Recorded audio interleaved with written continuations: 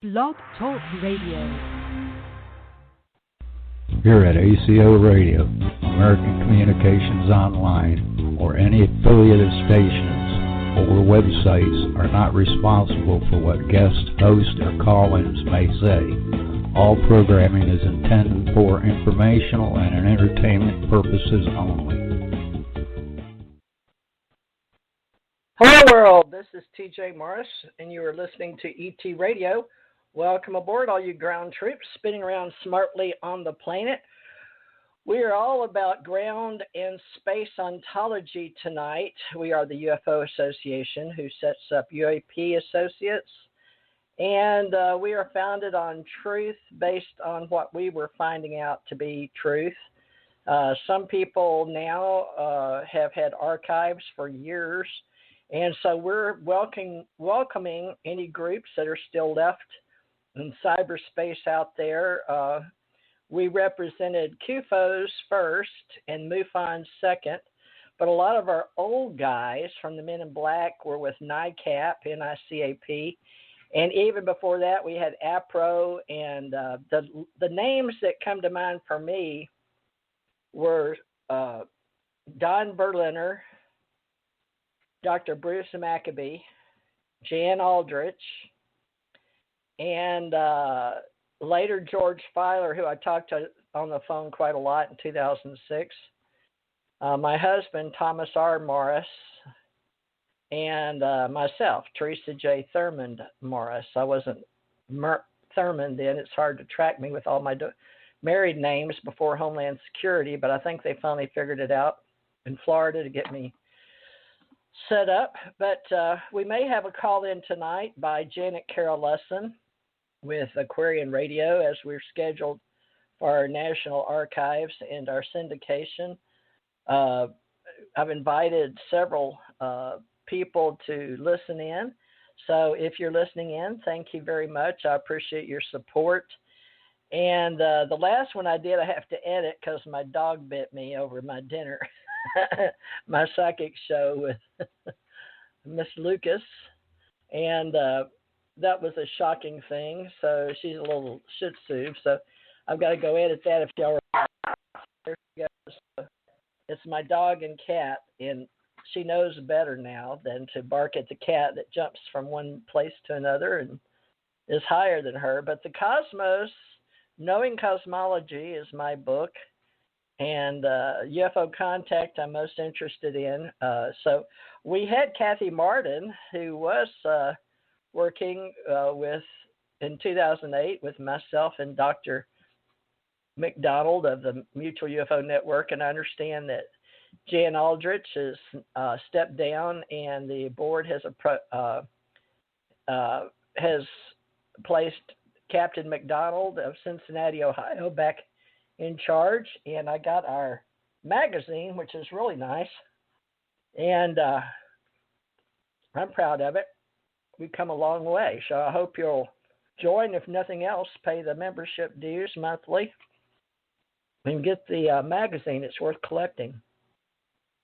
For all you people out there that are doing UFO collecting of UFOs, we appreciate it. Those that are tuned in, awakened, awake, and all of you ancient alien theorists that watch Ancient Aliens on History Channel, we appreciate you, because if truth is to be known, I would say that a lot of us understand the path we've taken since we were younger with Chariots of the Gods and Zachariah Sitchin books, but we got to know the guy that looked like Napoleonic hair, Giorgio, and he's become quite a personality at these alien cons and UFO group events. So he was pictured with Karen Dolan, which was married to Richard Dolan at one time back in the day. So we have a long history from Stanton T. Friedman and J. Allen Hynek. And J. Allen Hynek, I didn't know he was dying. Now I understand why he asked me to carry on in his stead, because he was having trouble financially and was moving and took some files with him out to Colorado. And I was supposed to meet his secretary, which never happened. So I haven't even had her on my radio show. So we've got a lot of fill-in to do for CUFOs and NICAP and MUFON. But I've been a member as long as I can think from here to there, although we've realized that a lot of papers, and depending on what email you had and what name you're going by, things get lost. So we're going to be working on a larger database. We're taking active measures with Jan Aldrich and other men and women to help us all make this a better UFO association and archivist. And so it's going to take money. So we've got different groups that are forming to do different things. And Jan and several other people went to CUFOs and got a lot of the paper files and are scanning those in. So we really appreciate that. And there's a lot of other people needed and help. So I'm more of a marketing promoter type of person that got started with ET Radio to help promote MUFON and events. And I've not yet been to an event except Mid-South Con for authors and writers in Memphis in 2016. I went up and did the Pyramid Conference, or helped market, promote it, and organize it with Marta Thomas in 2016. And I started as an investigator, which a lot of people don't understand. I need to set it up like in linear years, but I was at ET Contact You by angels, we'll say, when I had a near-death experience. 1957, went over to White Sands, New Mexico, and had a CE-5 there. They weren't angels then, they were humans coming out of a spacecraft, but my uncles worked at Los Alamos. And I don't know, it must have been pre-planned, so I don't know what to tell you about families that work for the military, except I was born and my grandmother had a house and bought it from the Air Force. One of my uncles, Gilmore, went off an Air Force carrier. I guess it was a Navy carrier, and they didn't have the flight cord out when he landed. And anyway, that's how I lost my uncle. So I was born into knowing that even though our government is our government, that they can make mistakes. My uncle's in the Air Force, and my dad was Army, Coast Guard, well, Army first, because he just went National Guard because he had so many kids. He wanted to be regular Armies, but he finally got as far as he could go, I think, in that, and then went to Coast Guards. So my brother was Marines and helped over at Paris Island to help train after he had already gone over and swim outside of some submarines over in the Pacific Fleet. About killed him. He had a long story. I wish he was still here, but he's dead. My uncles worked in and out of uniform and in and out of contracting and in and out of NASA and in and out of Los Alamos. So I grew up thinking all this stuff was normal. So I guess that's why I wound up joining the U.S. Navy. The first time I got married in May 67, I was enlisted in white paper while Chris Kraft was there, because my husband, Stephen Lee Parrish, and I were just teenagers, really. And typing pool got to see and listen what was going on. So I know that all happened, men walking on the moon. And I had 4 girls during that time. And then I went through law enforcement. We moved to Birmingham. I went to University of Alabama. Did some study there. Steve worked at Rust Engineering and then moved up to Rochester for a while, Eastman Kodak. And he and I were in and out of country. I joined, I was rehired 85, 4x10. I remember when I was working around Stanton T. Friedman, he and I were talking but just missed each other. And I was just a kid. I think I was 75 or 6 when he went down and talked to Jesse Marcel himself. And that was the old man down in Louisiana, and that's where they sent me, Navy. So I guess I was always Navy until the intelligence. I guess the intelligence community has changed a lot, and I've been out of that circle for a long time. But I'm glad that J. Allen Hynek was interested in me, and they were interested enough in me enough to put me back in, not just as a contractor in and out of country. I just got back from South Africa as Thurmond, or they took my passports, took all my passports, so I don't even have a passport now. But hopefully you guys are going to figure out that there are things out there going on. They always have. And a lot of the people now that I have seen making names for themselves have separated the words between ufology and alienology, which I'm helping do. And alienology, we've got a contact organization, which is more for experiencers. And we separated those with this radio show back, I believe, in 2014. You can go back and listen. We have all the archives here with Dr. Bruce Maccabee. And we have a historical value to save, and we couldn't write fast enough or we didn't have the money, really, the funds to go around the country like we used to. And Jan Aldrich can verify that. He got the last money on one of the bigger groups that was archiving. Oh, I think Janet Carol Lesson has finally showed up. Miss Janet Carol Lesson of the UFO Secret Space in Hawaii, is that you? Yes, it is. It's Tommy Oxblood. Yes, it is. Can you hear me? I can hear you. I'm on my stupid phone because I've been on phone with AT&T for hours and hours. Oh. Well, Thomas Oxblood. This is the UFO Secret Space Show by UFO Association and by the ACO UFO Group in Hawaii. Tommy is one of our metaphysicians. He's also a contactee and an instructor, as well as he helps me on Wednesdays and Sundays from our UFO groups and our metaphysicians. We have a spiritual group, which he and I like to help. So, Tommy, why don't you go ahead and introduce yourself? Can you hear me okay?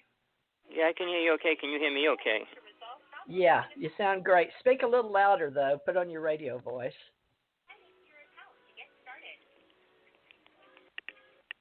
Is that any better? Introduce yourself and I'll tell you. All right. Hello, everybody. Tommy Hawksblood here, calling from the big island of Hawaii. I got lots of things going on here. It's getting crazy. But in the UFO world, it's super crazy. All my friends are seeing ships and everything every night. So if anybody's interested, give me a call. Have any pictures they want to relate to it. We have a group of people here that's promoting it to the max. So anybody want to come out to Hawaii, this is the place to come if you really want to see UFOs right now. But for me personally, it rains every night where I am. So I don't get to see the sky much. I don't get to see what I've been recording. I've been recording a lot of ships in between the clouds, but it's been raining. It's kind of like we're in rain season for 3 months already. That's a drag because I love filming the sky, but I don't get to see the sky much. But outside of that, I've been involved with just about everything under the sun. I do a couple radio shows. I do one on Tuesday with Tina Bird, and that's all about being abducted and stuff as well. So I've been in this world since I was 6 years old when it started for me, and it never ended. It started growing by the time I was 12, and then it escalated later on. I was working with UFO abductees in, I guess it was 52, 62, 72. From 72 on, I was already working with abductees, and it wasn't a big thing. Nobody talked about it. I created the word past life regression. I started doing psychic implant removals, and that was all my own creation. I never followed anybody. Whoever says they created it first, I don't care what they say. I know a person that said she did, but she did it many years after I was already doing it. But as far as what's happening, I feel that a lot of people have been abducted, and they're being programmed to believe that the abduction's an incredible thing. And I've been on to my best of my abilities, searching out the truth. So with that, I'll give back to TJ. All right. So you want people to get in touch with you as Hawksblood at hawksblood1@AOL.com? Yes, that's the site I'm always in. Okay, I'll put that up there. All right. Well, that's at the bottom of this little intro for Theresa Morris. I got off of my Lulu for publishing, and I don't guess Janet's going to call in tonight. She's got a full host, but maybe she couldn't get in. So Tommy and I have been working together since she introduced us. Actually, she brought him on my show the first time. She's been bringing people on ever since in syndication for people that she felt I may be interested in archiving over here on my site. So I have my archive. She has hers, and Tommy has his. But Tommy met Dr. Bruce Cornett, who actually came down here to Gulf Breeze, Florida. I believe it was 85 with 85 or 95. I have to look up. With there was a conference down here, and with Richard Hoagland, and then Dr. Greer was down here, and there was a sighting here in Gulf Breeze that put Gulf Breeze on the map. And I've seen and been abducted from down here. I wouldn't say abducted, though. I'd say taken. I like the word taken. Taken up, like in the Bible prophecies, when free. And I've had Thor's protection. So I've sort of placed our UFO groups. We've got to get into the brain and the other side of Ascension Age. And Tommy can talk to me about the 9 and the gods, because Tommy will be helping me with the UFO secret space above our own atmosphere and stratosphere. Tommy is aware of many old myths and legends on the planet. He doesn't necessarily agree that it's written word, but I think he'll go as far as saying the written Bible about angels, and even possibly, I'm not sure about the books of old, the Bhagavad Gita and the Numa Lish and the Emerald Tablets and all of that. But Tommy, I'd really like you tonight to help me. We're going to launch in 2020 our ontology metaphysical groups, talking about all the words that we use, and starting from ground. And now the Air Force is letting up in 2020, thank goodness, because we have the secret space program. I don't know if you're keeping up with it, but Dr. Sala is in our UFO group in Hawaii. Dr. Michael Sala is posting for us on that. But we're going through MUFON, Mutual UFO Network, where Kathy Martin and Denise Stoner here in Florida were helping us quite a lot with our abductees. But I think Denise told me that Kathy wants to take a break right now. We're having a big changeover in the Mutual UFO Network. But still, again, if you'd like to pay your dues like I do, you can just go to MUFON.com. It's the only one really in existence taking on paid memberships besides Tommy and I. And Tommy and I just charge $2 a month, unless you want to be an active member. And then you can pay $10 a month, but you can go to patreon.com and /Theresa J. Morris. It's THERESA JMORRIS.com. Patreon.com. And that's what a lot of our creators are doing now, so they can recoup their expenses for the cost, because the cost isn't going to go away, folks, for us who are doing our best to put out open source information. So we ask for very little. And Tommy dropped off, but he'll be back in a minute, I hope. Tommy, I know you've been having trouble with your equipment. Apparently Janet is too. Hawaii always has trouble. So over here in Gulf Breeze, we have really good equipment, and mine's been upgraded through MediaCom to 5G. And I've got all new equipment over here, and I've got some new computers, and we're ready to rock and roll come 2021. So If you are an agent, a consultant, or an organizer and would like to know me as Theresa Jeanette Thurman Morris, T.J. Thurman, J. Morris, in uniform or out, I'm retired. I no longer wear uniforms. But we have the Allied Command Organization that is for the veterans. And it doesn't matter, if you served in uniform or out of uniform, or you were GS, general service, or wage grade, or if you just had affiliation with our governments, or if you have just urge to be an artist or an author or consultant, researcher, anything to do with the UFO Secret Space shows, our UFO Association, please give us a call at 850-565-4720. That's my home headquarter number, and my cell phone is 850-376-9100.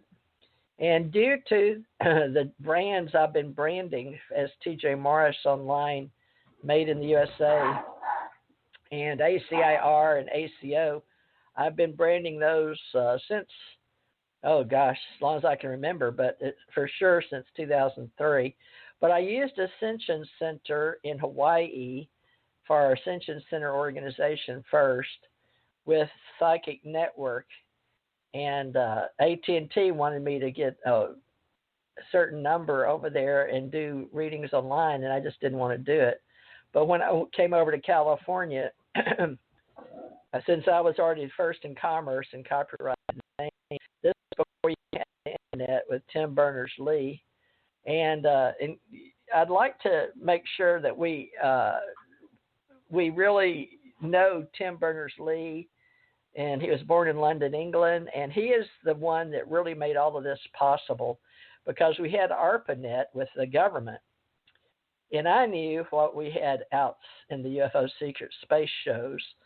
I'm saying shows just for entertainment purposes tonight. I ought to put this under entertainment, I guess. Let me see. We have spirituality, psychology, television, politics, lots of politics, podcasting, paranormal. I guess I could put it under paranormal, technology, writing, legal, comedy. I wonder if it's social networking, hobbies. There's so many topics we could fall under with the way that VoxNest now owns Blog Talk Radio. But to be honest, I'm going to put it under education. I don't know if I should put it under entertainment or not. Maybe. What do you guys think? Entertainment? We're education too. I'm going to put it under entertainment. Think it's entertainment? Education? I don't know. Folklife is Folklife, but UFO Secret Space, I'll put it under education. The category tonight. And I guess Tommy, maybe he's coming back, maybe he's not. But Tommy, you're not showing, neither is Janet. So they could be having trouble tonight. So we've got some videos we're putting out there just to let you know that we're here and existing here on the planet. And we are going in 2020 to a new language. I don't know if any of you keep up with Microsoft, but I'm having to go back to school basically just online and watch UFO YouTube socially, the disposition and roles of how we're doing realizable entities. And thank God that we're in ontology here at the UFO Secret Space Show and UFO Association, because our domains and ontologies, aircraft maintenance, ISO, IEC 21838, that's our top level with atmosphere feature. And I believe that the UFO business, due to J. Allen Hynek and the Blue Book and a lot of other people I'd like to mention, but we've done so with Jan Aldrich and going historically correct maybe into our design of information technology. But I'll be more about the public domains and what they mean and what they do and how we don't have to pay for them as membership dues. We'll just put our name and link and let you have your archives and your database. We're all going to the cloud anyway.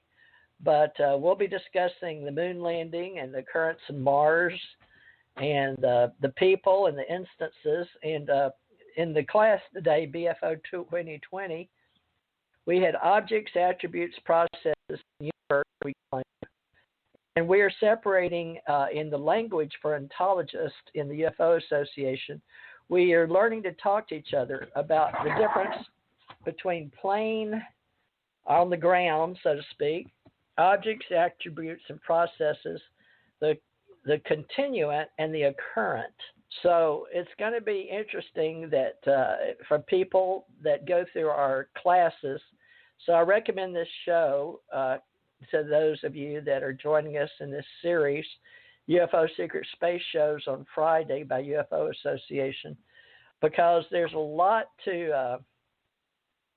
of work here that we need inside cyberspace, not just the way it used to be with writing and the newspapers and clipping newspapers. That's the old way. And now, of course, we have videos we can use with our phones.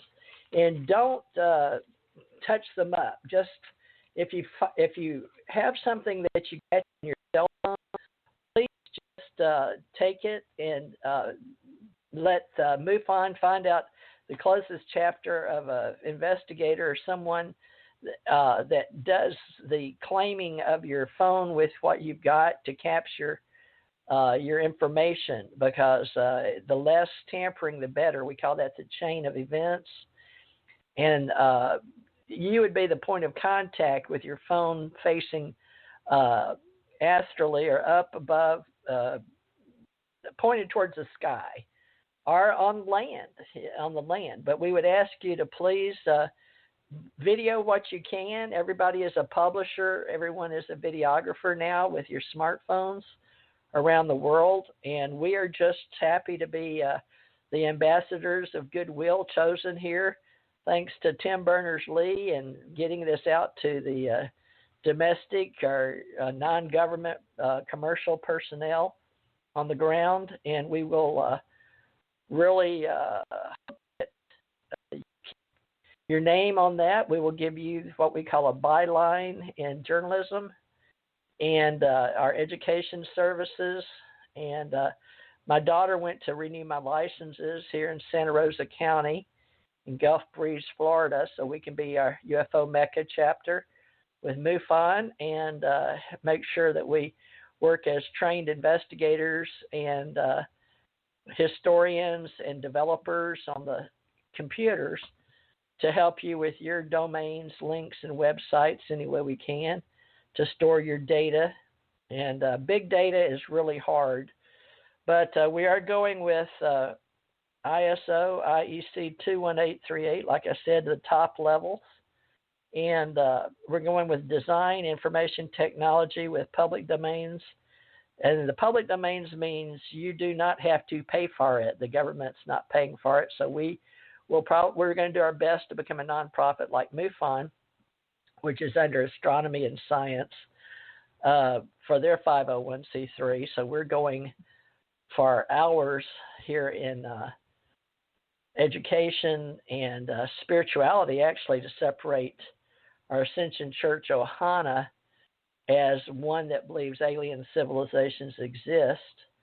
And we have the continuant and the occurrent. So the planets and the moon would be on the continuant side, like people, and the occurrent would be like the moon landing, is the way I understand it. People and planets are on the continuant side specifically.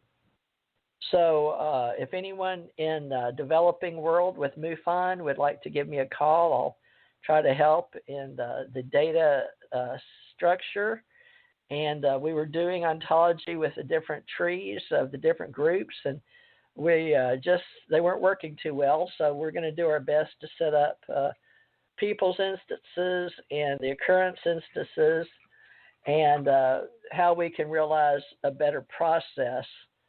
And socially, we have grounds and the function, and then the temporal region, the process of functioning and production, and the trust. So we're going to do that in everything, including journalism, television, entertainment, media, and we have all that with the 3WC groups. And we're getting really good with all of our animation now and setting stuff inside virtual reality now. So it's going to be harder and harder to understand in the UFO secret space shows what's real and what's not. So we want to make sure that somehow in cyberspace, all of us working together, we have the internet highway inside cyberspace, inside the UFO Secret Space Show. And the UFO Secret Space Show is entertainment, and it's educational entertainment by the UFO Association. But we also use above the atmosphere and the stratosphere, outside the Milky Way galaxy, which sure shocks a lot of people, that the UFO Secret Space Show also uses the Andromeda Galaxy as a point of reference with M13, because so many of our channelers have worked with the Mysterious Nine, and a lot of people, including on Ancient Aliens of the History Channel, have recently had a show, or maybe it wasn't recently, maybe well, let me look and see if I can put my shows. Let me just talk. Ancient Aliens New. Now, mine only go back to, Mysterious 9 is Series 11, Episode 8. If you will refer to the Mysterious 9, an investigation into the theory of 9 godlike extraterrestrials that have influenced events on Earth, you'll understand a lot more about channels such as Carla what's Carla's last name? Good lands. I'm getting old, folks. The Love and Light community, basically, we have various domains and different people that I was helping Carla. She was in Kentucky. She got ill. My husband was ill at the same time, and she and I had the same computer person that put us together as authors and covered ascension and ancient wisdom and channeling. She was, I believe, Episcopal, or was she Presbyterian? I forgot what. Anyway, her friends. Now, David Wilcock lived in her basement helped for a couple of years, and he was with another guy that they both got channeling, and David and channeling and learning how to do readings, but he worked with she and I. Well, I don't think he even knows who I am, but the Mysterious 9 is who I was channeling with or for, or around, not knowing what I was doing in the early 70s when I got involved with Aquarian Age Bookstore in Houston, Texas. Now, those ladies saw me as a spiritual person that had psychic abilities, and had me read just about every book they had. I bought every book. I guess I helped them make a lot of money, but I was making a lot of money, so I could spend it on books. But there was another girl named Anna Hayes, and she's Ashiana something. She got married. Jean, Asha. She was on Carrie Cassidy, and I just happened to catch her. She had somebody make up some really good visuals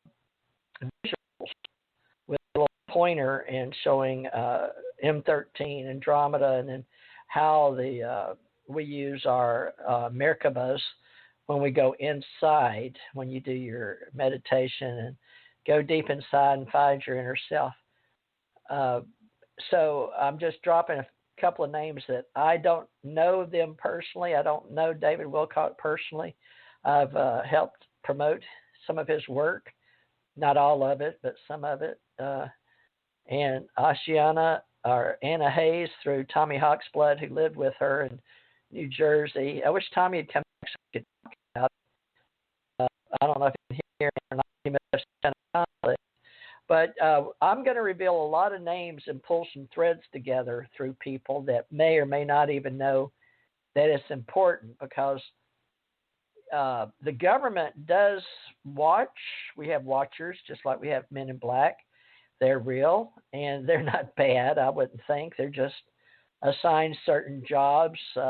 We have a black budget for our intelligence community. I understand there's 16 of them all together under the, I'd have to go back and look that up now, the director of the council. And now in our government, under ARPA, DARPA type of stuff, when we have the government in the United States of America, we do have classifications and levels of intelligence as well as cybersecurity. And I'll show you how old I am in and out of country, folks. European theater, back in the day, we didn't even have Homeland Security. So I'm way before 2011. Let's see. This is Tommy calling in, I think. Tommy, is that you again?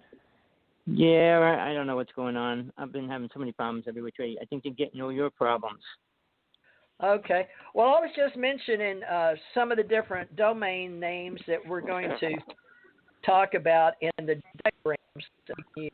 But talking about, now, I want you to help me for the setup for our videos and how we're going to train people in our webinars. But we're going to separate the ascension part of learning from the UFO part. And I would put the UFO parts in the lower realms, either in our own solar system, and I would think in the galaxy, because most of the people you've known in your life and seen on the internet that have had domains or groups have been those that have been inspired by channelers, people that inspire or get some type of information from maybe their higher self, or they feel like they've had an uplink to higher sources. And just like with Gene Roddenberry, and you remember Frank Strange's with Valiant Thor right, in 1957? Yep. Yeah, Frank Strange's, and he wrote a book. I haven't read it yet, folks, but it goes with today's Getting Started for the UFO Secret Space Show, and the ACO club that Tommy and I are in for American Communications Online and Alien Contact Organization is the fact that we are responsible for helping ontology, nomenclature, epistemology, and helping people inside cyberspace. And we're talking about the highest levels, not Destination Mars and not the Pleiades, even David Icke. I can mention all kinds of names. Corey Goode, they all talk about the lower echelon. William Tompkins, Dr. Michael Sala, all agreed to work together, and because they met UFO Congress. And Tommy hasn't been to one of those, nor have I, but a real estate gentleman was wound up with it over there from Bob. Do you remember, what's Bob's name, Tommy, that helped back in the day get all these UFO groups going? Bob Brown. Bob Brown. Yeah, he's somewhere in Colorado.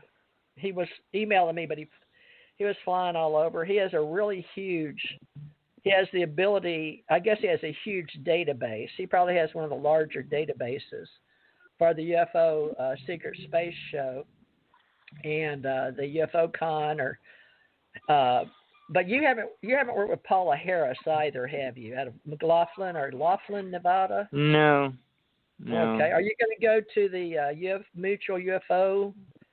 Why don't I meet you in Las Vegas in July? If this COVID-19 thing's over, we need to meet. You want to try to do Las Vegas with the captain? You'll like him, Captain McDonald. He runs MUFON now out of Cincinnati, Ohio. See, I just wrote a long letter to MUFON. Yeah, I'm just kind of, you know me, I'm a rebel. You have to establish yourself in Hawaii. I think they're going through reorganizations because so many people are dropping out. So they may wind up like CUFOs, but let's hope not. But maybe my friends here. The government has me set up as the director and the lead investigator, but I'm retired, so all I can do is put in my own little missionary money through my ministries. I know. Go ahead. The two people I'm friends with here, they're going to build the biggest UFO home station in the world, and it's going to be on 7 acres. They got a giant complex that they're bidding on it. They should know today if they're going to get it. They're getting funded. I don't know who's funding my friends right now, but they're getting lots of money. Well, they've been taking such an interest in it for several years since you and I started here on TJ Morris ET Radio. Everybody in the world sending them their videos. Well, that's so good. They're going to be an archive of videos, and then the only thing is that if they're doctored, Tommy, or I was just talking about that. If what equipment was used, it's going to be very hard to establish chain of command, and if it's real or not. But what's real, right, folks? But I mean, videos that are capturing virtual reality or reality. So there's a lot of misinformation, information, and disinformation in the entire world right now, and it's quite in chaos because we don't have control of our cyberspace unity. And Russia and China have made a pact to keep us out of their stuff, and so we're going to be talking about sovereignty in space, but on the planet as well. Now, we're doing our best to keep data in the cloud now, but we're just going to have to all work together. It's going to be a real trust factor. So, but let's say, Tommy, that the two gentlemen, they have some 9/10 of the moon or moon over Miami or something, don't they? What is it? What's their domain? What? The domain of the gentleman. Third phase of the moon. Third phase of moon. Just third phase of moon. Well, I know you like them and you like their work, and you're there. And are you strategically located on the same planet? I mean, the same, not planet. Well, there are island. Planet too. We're both on the same island. We're both on a big island. Okay. Okay, folks. Let me get centered here, focused. We do psychic shows and we do ascension shows and we do UFO shows. Well, they just did a show yesterday. They just did a show yesterday, and they did a big show online, and they had one of the guys here on this island work for the government with one of the highest clearances in the remote viewing world. He created all that, the classifications and everything.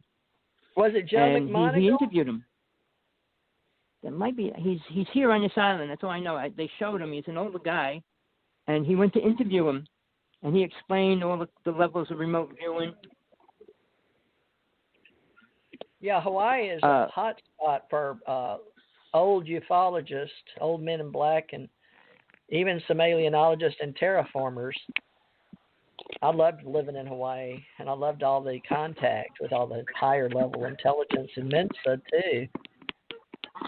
What are you doing, Tommy? It's really loud on the phone. I'm going to go outside. The music's playing, and it's kind of like coming over.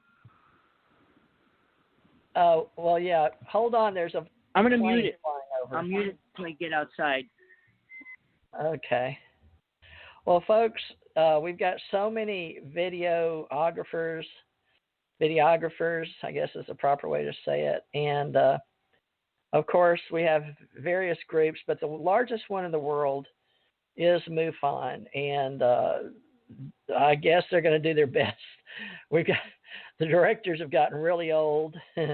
They've grown old, and we don't have a lot of new people coming in with the intelligence or the skill, or maybe they have the intelligence and skill, but they don't have the persistence or the motivation because they don't like groups or giving up the data into open source. But actually, it was a nonprofit, and it has a 501c3.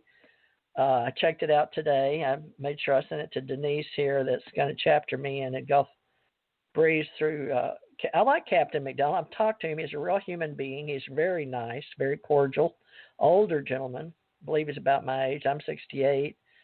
He may be a little younger, a little older, but it was very sweet that in Cincinnati, bless his heart, he was devoting his whole entire life to MUFON, and his wife and her sister. When I got involved, finally, after retiring, I thought I was retired and then found out I didn't retire till 2017, but who's counting, right? But when you work for Center of UFO Studies and you're doing it voluntarily because J. Allen Hynek asked you to, I didn't know what I was supposed to do because most of the people were collecting the data and the raw data and doing the clipping of the newspapers, and he moved it out. But Jan Aldrich went with, what is Green's first name? Brian Green, maybe? Anyway, we covered it here on this show. So we're doing our best to try to track what's going on. We have several people in the world. I'm going to get their names between NICAP, CUFOS, and APRO, and all that Jan's supplying us on Project 1947. And big blows involved at one time, speak a lot of information. But there's a thread among all organizations, associations, and groups in Facebook, whether we want to admit it or not. And most of all of us, actually, it's a rather small world as far as the old guys go. Okay, the baby boomers are those 55 and older. I'm speaking to you. I'm 68, and I was one of the young ones when I got involved. Okay, that's why I get involved at 33 years old. He was tapping out at 50-something. He died at a young age. Matter of fact, let me look him up. Are you back, Tommy? Let me look up J. Allen Hynek, because I need his name. I had no idea he was dying, Tommy. Let me look. J. Allen. Now you got Theresa and Tommy. American astronomer. Paul Hynek, Open Minds, Project Blue Book. So I guess Paul is his son. J. Allen Hynek. So probably for entertainment purposes, his son can take over his estate. But Joseph Allen Hynek was an American astronomer, professor, and ufologist. He perhaps is best remembered for his UFO research. Tommy, put yourself on mute, darling. UFO research. Hynek acted as a scientific advisor to UFO studios undertaken by the U.S. Air Force under 3 consecutive projects: Project Sign, Project Grudge, and Project Blue Book. Tommy, mute. Can you hear me? Can you mute? You sound like you're washing dishes and plucking chickens. He was born May 1st, 1910, Chicago, Illinois, and he died April 27th, 1986, in Scottsdale, Arizona. His spouse was Mimi Curtis Hynek. She lived 1942 to 1986. Oh, my gosh. She married during that time, excuse me. I was going to say she died the same year. Martha Doone Alexander, 1932 to 1939. Children, Joel Hynek, and education, the University of Chicago, 1931. Richard T. Crane Medical Prep High School. How about that? Well, he was the gentleman I met, and I guess he's most responsible for Project Blue Book. The date of death, April 27, 1986. So I had met him between when I went in at 4/29/85 because I had just left Denver, Colorado, is the way my mind wants to remember it. And right there, I was flying between 85 and 86 to Great Lakes, Illinois, for a swap over from IS. That's what the intelligence services, maybe IS, Air Force, and Navy. And they decided I didn't have to go to Antarctica, which was a good thing because I had friends loading up in the cafeteria with all these big, huge, oh my God, equipment with the fur. Oh my gosh, heavy equipment. I was so glad I didn't have to go.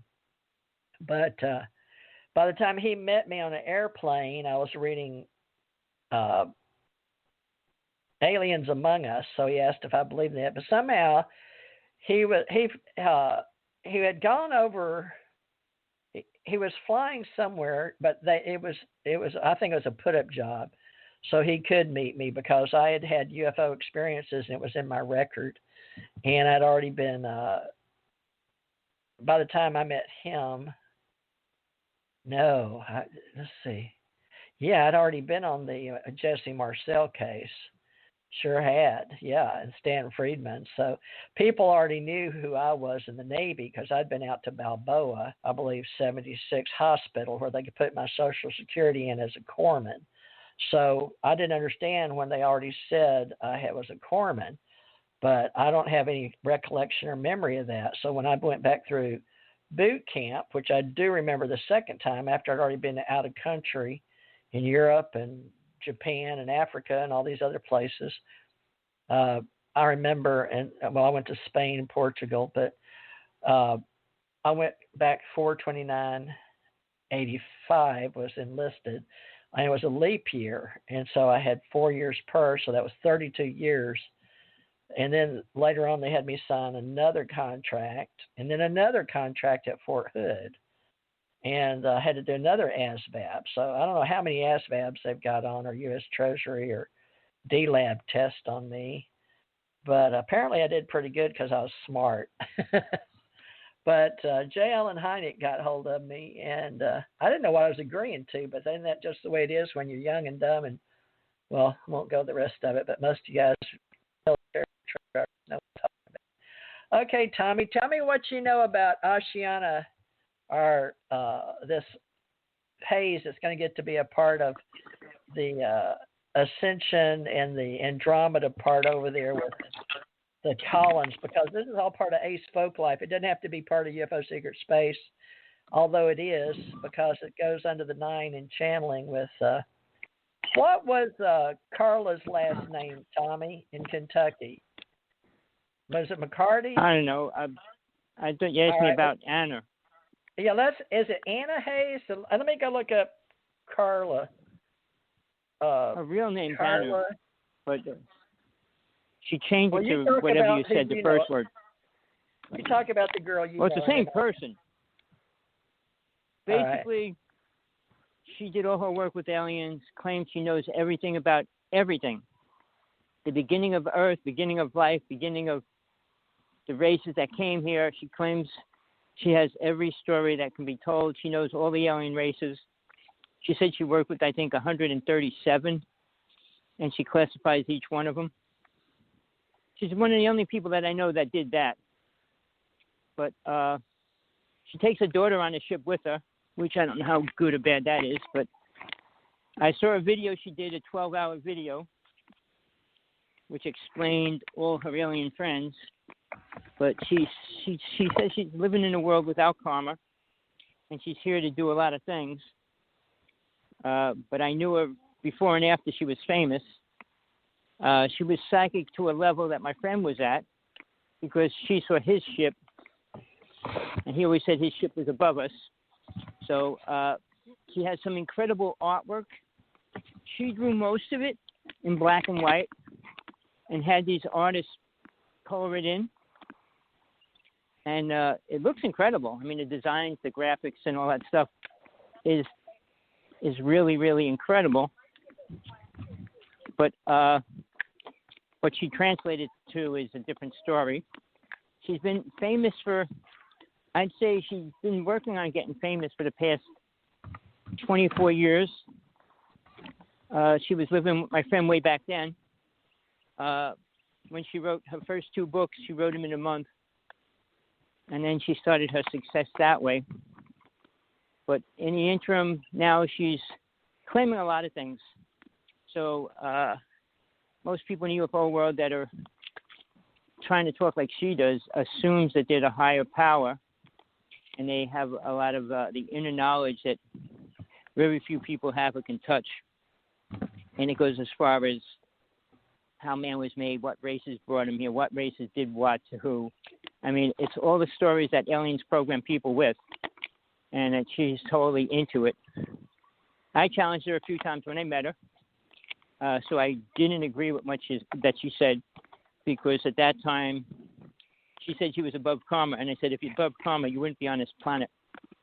And that's my teachings, what I was shown, what I experienced. And second of all, like you were talking about, aliens don't go into the higher realms. They don't have feelings and emotions. They can't get there. So where they go is back to planet Earth, if they go anywhere. aliens are reincarnating to this planet. And that's why a lot of people think they were aliens, because they probably were. But all these contracts that they say they sign with aliens in their last life, you don't sign a contract with an alien for your next life. And if you do, you have no awareness of anything, because you wouldn't want to do that. Because the idea is to move on, not to come back. So anybody that's trying to come back is already looking to stay here for some unknown reason. I can go into that because, Buddhist teachings go into the aspect of going into the bliss state. And the bliss state is the space between this world, the Esther world, and the world beyond that, which it doesn't go past. So it's a void state, being totally one with nothingness, if you can perceive that. And what it actually means, you let go of who you are, what you are, and you become part of the light and sound. You resonate within that, but you're not thinking. You're no longer concerned with anything other than vibrating within that. And if that's what you want to do for infinity, you can. It's an open thing, if that's where you perceive to want to go, but that's where Buddha went. He never attained a higher level. Sorry to say that, people. I know I live with a Buddhist Lama, and it's hard for me to talk with her because Buddha didn't believe in God. So how could you get somewhere when you don't believe in it? Or how would you know about it if you don't believe in it? You wouldn't.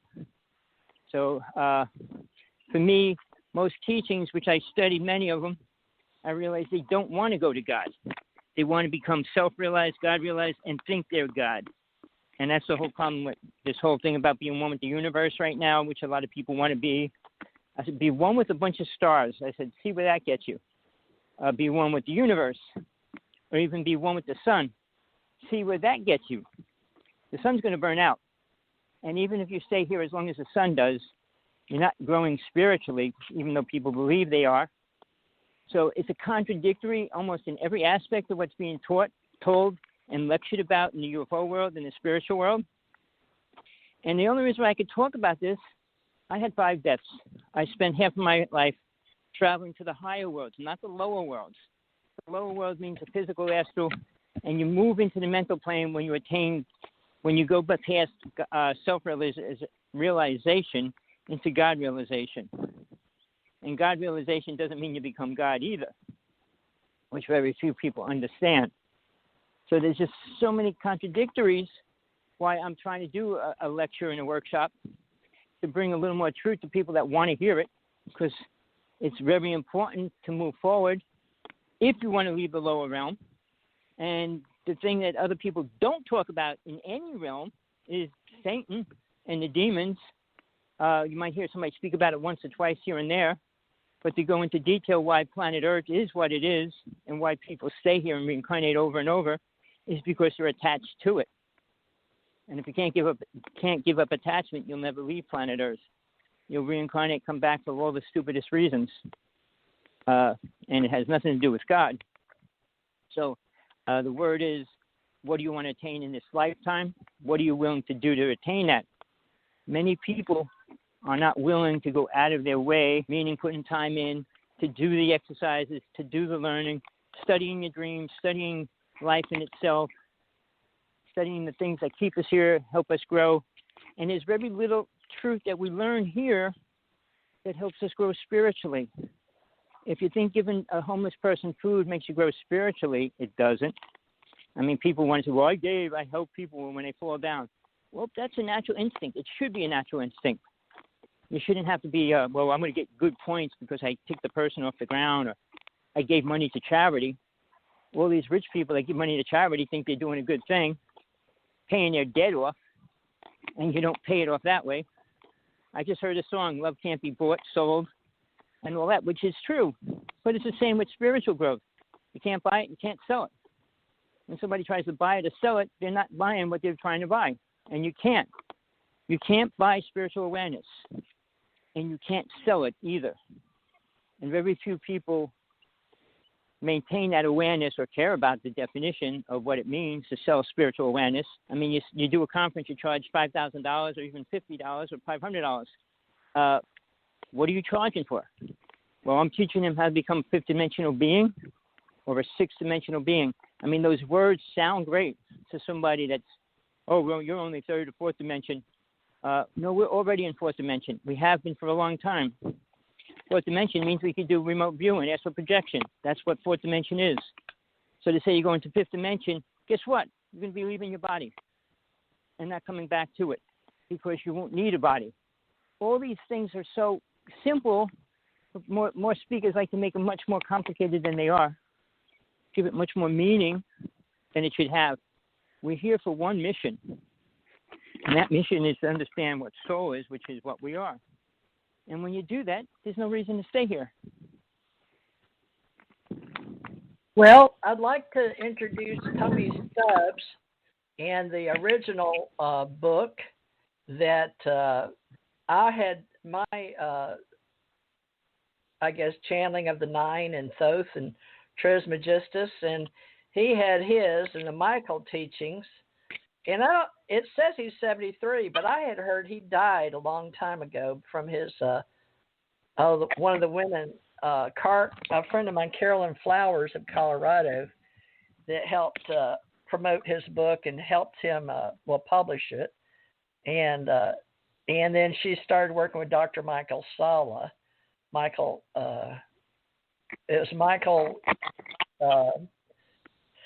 Michael's teachings, 85. So he was studying Michael's Education Foundation and the J.P. Van Hull Life Test, Planetary Information Flow. Now, folks, I just need to have you understand that not only did I have curiosity about the mysterious mind, but channeling and related materials, but I was interested in all of the metaphysics as a student. Tommy, are you walking or what are you doing, darling? I'm walking. I got to walk today. I told you I had my partner singing. Oh, so you are walking. Okay. Well, folks, just so you know, he's walking. Moving so he can talk because it aggravates his Buddhist partner. Doing UFO, space, and radio, huh? And ascension work. Yeah. Now, Tommy, well, I do appreciate it, but I need you to understand, as well as everybody that's going to be in the UAP Associates, that the psychic people do have gifts, just like you do, in empaths, such as your Buddhist Bodhisattva partner, because empaths can feel a lot, and a lot of people don't believe in the indigo children, but the indigo children, that was also started from a psychic that wrote about it, about children coming in as empaths, and then Dolores Cannon. But we have a whole movement that's been a part of these UFO groups that I've investigated and researched to see how, and I've got the threads through Carla in Kentucky and David Wilcock that lived with her. So these channels, including the one Ashiana Dean, was that her name? The Ashiana Dean. was on Hayes. Well, I forgot her last. She was on Carrie Cassidy, folks, so you can look her up. Right. Carrie Cassidy follows her teaching. She has her own 31. She has her own site. Okay. But if you type Anna Hayes and UFOs, it'll pull her up, and then you can pull up her site. Okay, I've never met her. She looks like a very sweet lady. Is she younger than me, Tommy? Was she your age or younger than you? Well, I think she's a little younger than me. I mean, I met her many years ago. I met her, about 30 years ago. She was pretty young then. I mean, she's 30 years older now. Well, Tommy has been a mainstay and an anchor, folks, in the metaphysical world.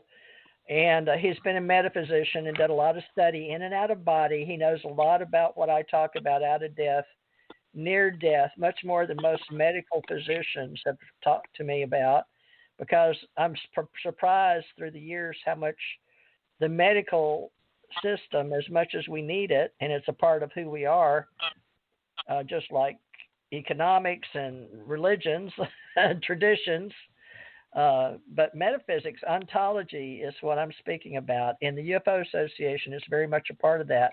But so is the Ascension Center, which is the Ascension Center organization I began, and the ACE Metaphysics and the Psychic Network. And we're bringing it back and pulling it all back around so I can have those that were not in the government prior to 1985 understand that it was after the Eisenhower. I was born and Tommy was born. So Truman, I think Tommy was born in 1952, right, Tommy? Right. December Truman was president in 49. Was he your president though when you were born? No, he was born. He was president in 49. Eisenhower became president, I think, in 51. All right. Well, Truman was still president. I was born December 26, 1951. So he must have been the president when I was born, and then Eisenhower came in. Well, I can look that up right here on Google, I guess. Well, I can tell you, Eisenhower came in later. Truman created Majestic 12, not Eisenhower. Let's see, Majestic 12. Well, Dwight Eisenhower, born October 14th, 1890 in Denison, Texas. So he was a real Texan. He died March 28th, 1969, Washington, D.C. When he was president.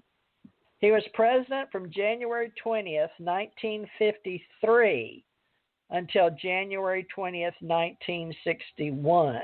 His vice president was Richard Nixon, 1953 to 1961. Okay, so Truman was our president. So that means, folks, it just means who was the president when you're made in the USA. Like Tommy and I are called made in the USA. We are our persons. Our persons were made here. Biological, because we talk about other than biological now due to AI and robots, and I'm a cyborg, and so is Tommy. Tommy and I are what's called cyborgs, but we were born whole biologicals under Harry S. Truman, 33rd President of the United States. Harry S. Truman was the 33rd President of the United States from 1945 to 1953. He was succeeded upon the death of Franklin D. Roosevelt after serving as the 34th Vice President. He implemented the Marshall Plan to rebuild the economy of Western Europe and established the Truman Doctrine in NATO.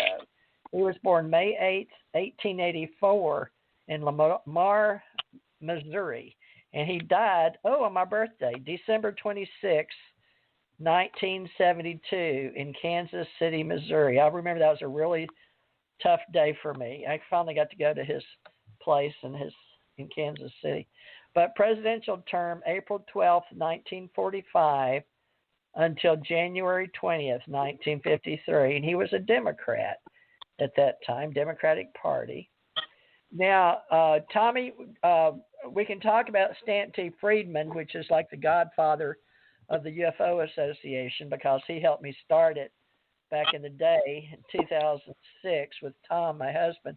But now 1957, is that when we're talking about when Hayes came to talk to Dwight D. Eisenhower? And you've recently had a radio show with Laura Eisenhower, who claims to be one of the granddaughters, although she didn't really know him. Now, he was president 1953 to 1961.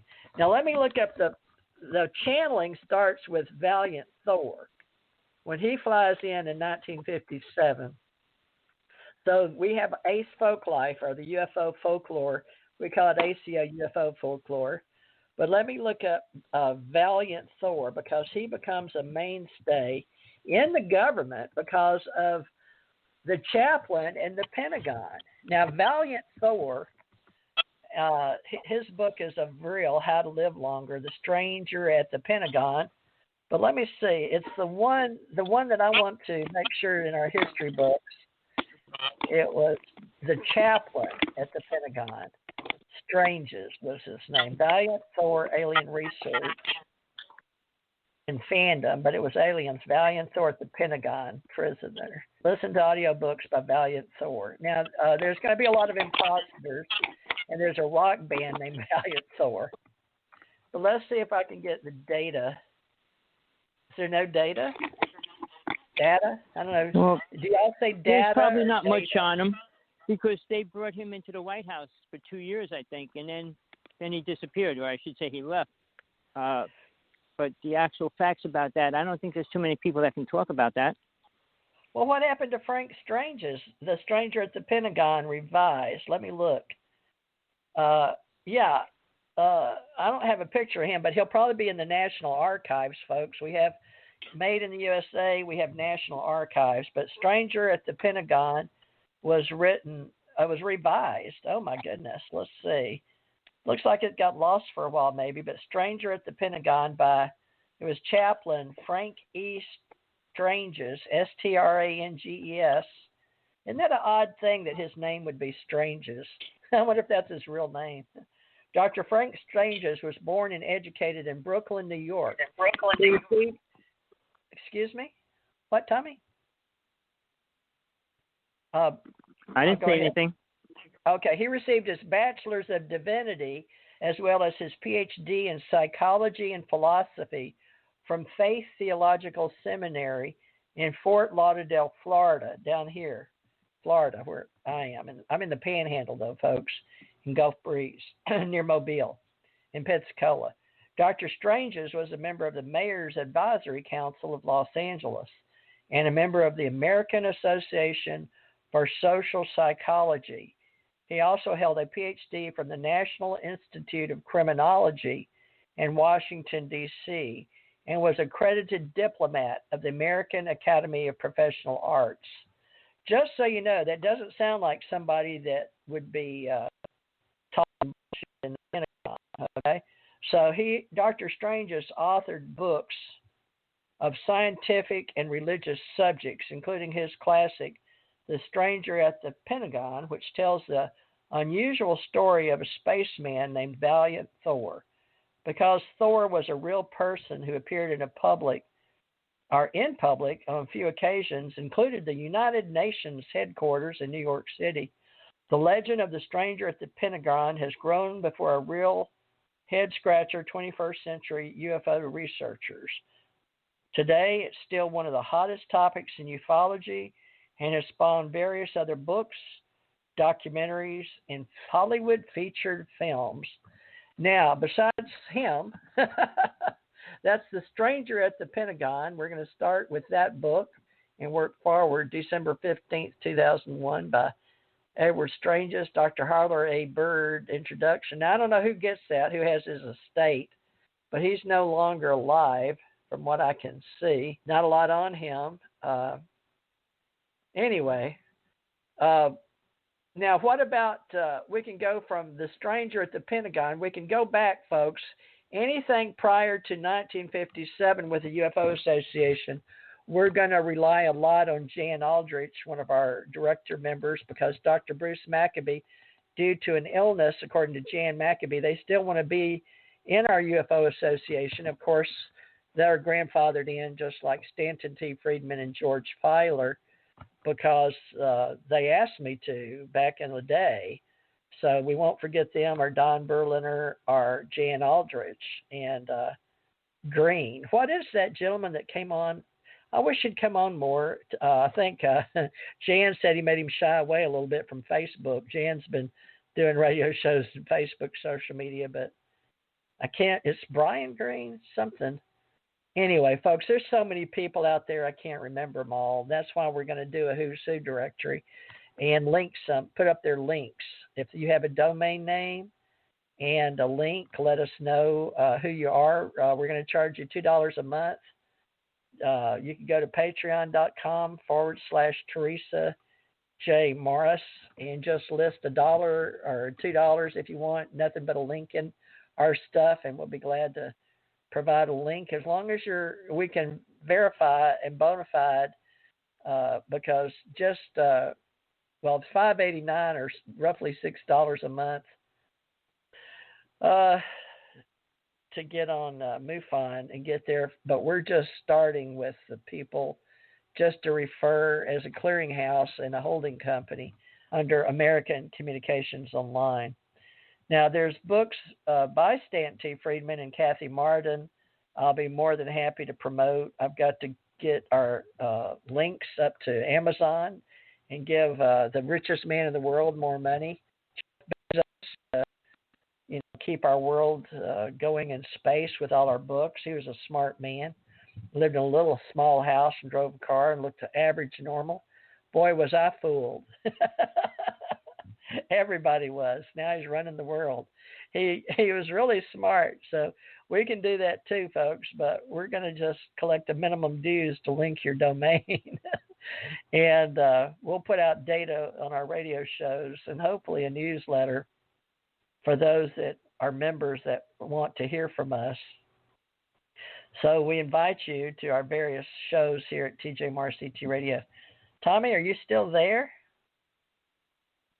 Did you disappear? I hear you. You're still there somewhere. I'm still here. All right. Well, the books that you and I write will be way down the road in this business. I can't find you on my show. Hold on. Let me go back into studio. I hope I don't mess this up. No, I can see us here. Maybe I just dropped the link. But you're still here. Good. Now, we've got established 1947 with Project 1947 with Jan Aldrich and his database that he's working with people all over the world. And then MUFON, which has got trying to collect money from people for CUFOs as one of their projects, which I verified today. And I'm trying to get here in Florida the Gulf Breeze chapter Mecca set up for UFO Association and our UAP associates. But Hawaii, we need to get you set up over there for UAP Associates, UFO Association. And Janet's running another show called UFO Secret Space right now with Penny Bradley and some other people on Aquarian Radio on Maui while Tommy's doing the Big Island. Now, Tommy, if we cover Jan Aldrich and our old reports with CUFOs and then move forward with books, and we've got to talk about Project Blue Book with J. Allen Hynek and many, many other books that are out there. Do you want to mention any that have been on your personal spiritual path? Well, I met most of the big speakers way back when I was lecturing for global sciences. Many of my friends died. The people that I thought were important were died or disappeared. And I don't want to talk about them because nobody can find anything about them anymore. The only people that I do talk about are the people that are alive. One of them's in Long Island in the nut house, and he was a key person for the UFO world, but they won't let him out. Well, could you give us a little more intelligent level of information on who you're speaking about? That's not one of those that was killed on that after that show with the governor of Minnesota, was it? No. That's Fred Bell. I'm talking about John Ford. Fred Bell arrested versus John Ford. Ford was the top UFO photographer in 1996. He shot the best video of a ship crashing on Long Island. And after that, he was arrested and put in a nut house. And on public TV, well, Tommy, they said he had uranium. Radio. Well, maybe I better put us back under entertainment. I don't know how educational this is going to be, saying nut house. It's under education. Maybe I ought to put it under entertainment. But anyway, I'll put it under entertainment. Okay, I changed this from education to entertainment because, all right, maybe we won't have to be so exact.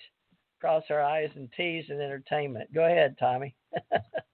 Well, I use the word nut house because what they said about him. I don't think that's politically correct in 2020, but we will say maybe a mental hospital gives people an idea of mental means you're mentally disturbed. So that would be a hospital for mentally disturbed hospital for people that are disturbed. Is he in prison? But he's in the nut house because he can't go to trial. Well, let me see what I can pull up on trial. John Ford. Okay, folks. I know this is going to sound funny, but I'm using Google. Now, is it the film director, John Ford? No. Just type John Ford and UFOs. USN history. Put in John Ford UFOs. UFOs. Yeah, John Ford UFOs. Long Island. UFO fan ruled unfit for trial in Long Island murder plot, 1997. Conspired to kill GOP officials with radium, January 3rd, 2019. Is that it? Long Island UFO plot trial, a flying saucer, true believer. Goodness, there's a lot of stuff here, Tommy. Which part do you want me to get? Well, I'm just saying, he was one of the most important people as far as photography. Nobody shot a video as clear as he did of a UFO crash on the ground, as well as the debris all around the ship.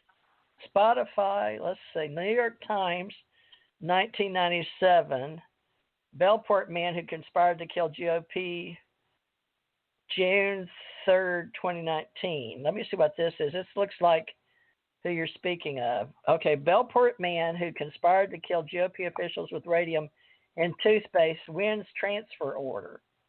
So he won a transfer order. No, I've not been selected to subscribe. Oh my gosh, 5 cents a week. No, I don't want that. Not now.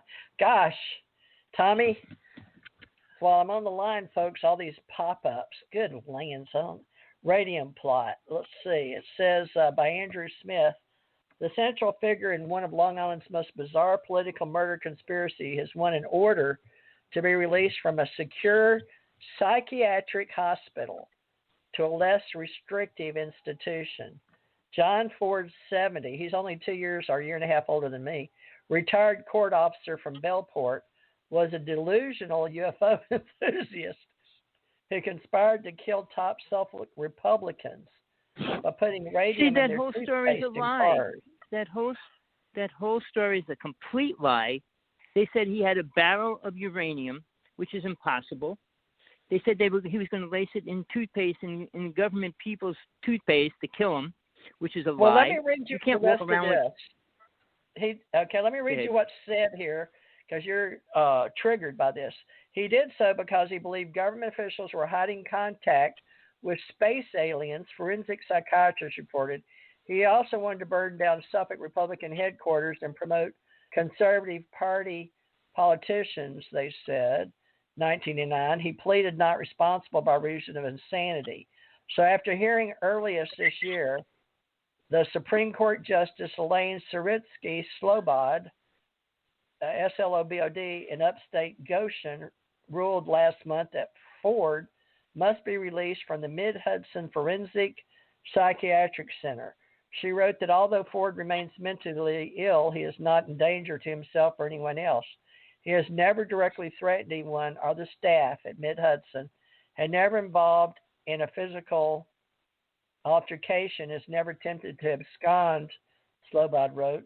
But knives, radiation counters, and other items were taken from his home in Bellport, are displayed in a news conference by Suffolk officials on June 13th, 1996. Now, the credit, Tommy, if you want to research this, the source is Newsday / Karen Wiles Stables, S-T-A-B-I-L-E, or Stabile. Wait, TJ, why would I want to research lies?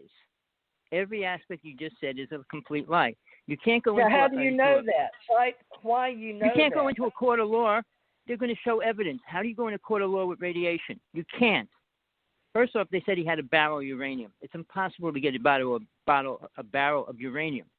He was in charge of the MUFON in Long Island. He was the one that went out to crop circles to check to see if they were real. He used a Geiger counter. He used to check it with this little piece of uranium to make sure that it was working when he went out to the fields. They arrested him and said that piece of uranium was a barrel of uranium. And then they said they were going to use that to put in toothpaste. You can't walk around with uranium and just stick it in toothpaste. What are people mentally disturbed that would say that? Because I guess he needed to plead insanity so he could get out of going to prison forever. It says well, that's right. Yeah, he had to. Exactly. Including a Defense Department employee who procured radium for the planned attacks, pleaded guilty to their roles in the conspiracy and were sentenced to prison terms.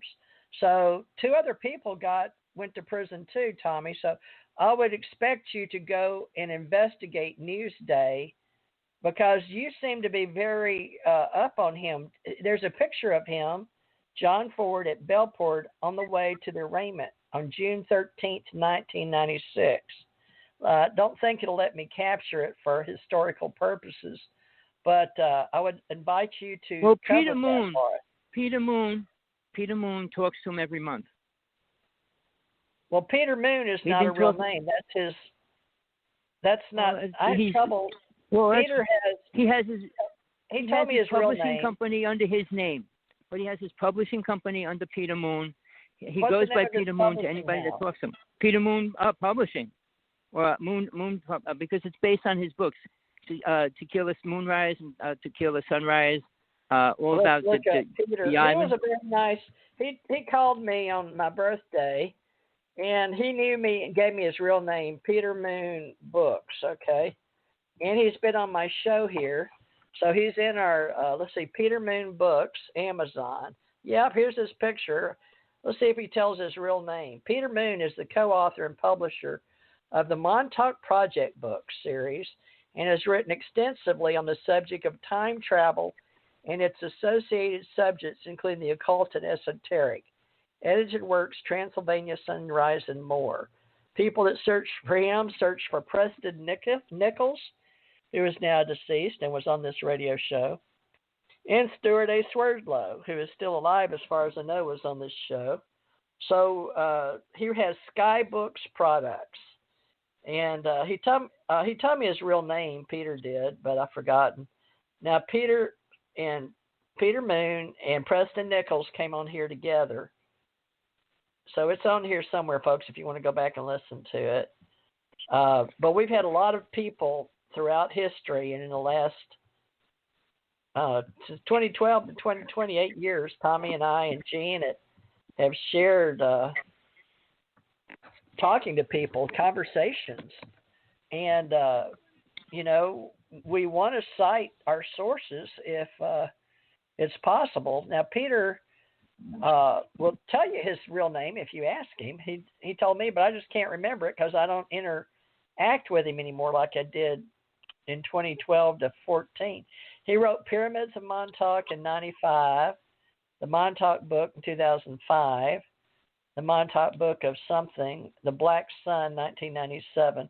But what else? Now, let's keep going. Preston Nichols, you want to discuss, now that the time traveling we were doing with Stuart Anderson, Preston Nichols, and Peter Moon here on the radio show. And Stuart Anderson was going to meet me, and he carried my paranormal shows and my paranormal websites. And then he disappeared, Stuart Anderson. He went over to India. He was working on gravity, space, and time. He was really intelligent with the Air Force. I don't know what happened I don't think he's dead. He was working at the United Nations level, and he was going to come to Kentucky when I lived in Beaver Dam. Do you remember Stuart Anderson? Am I saying the right name? Bob Anderson? Robert Anderson? Peter Moon would know. We should have Peter back on. Well, I kind of stopped talking to Peter Moon. I stopped talking to Robert Morningstar. I don't like people that I can't agree with at any level. It's hard for me to talk to somebody that I feel is talking out of left field, because basically when Peter Moon was putting out all his books, and he was with Nick, I was friends with part of the Montauk Project, Al Bierlich. Al Bierlich is the one that went back in time. Peter Moon wasn't involved. Al Bierlich had data, and he collected information. And I think, let me look. Now, he was in Tennessee, was he not? Let me look I don't remember all my investigations. Hold on. B-I-E. Now, I know that he was involved. He came on our radio show, didn't he? Or did he? Philadelphia Experiment, right?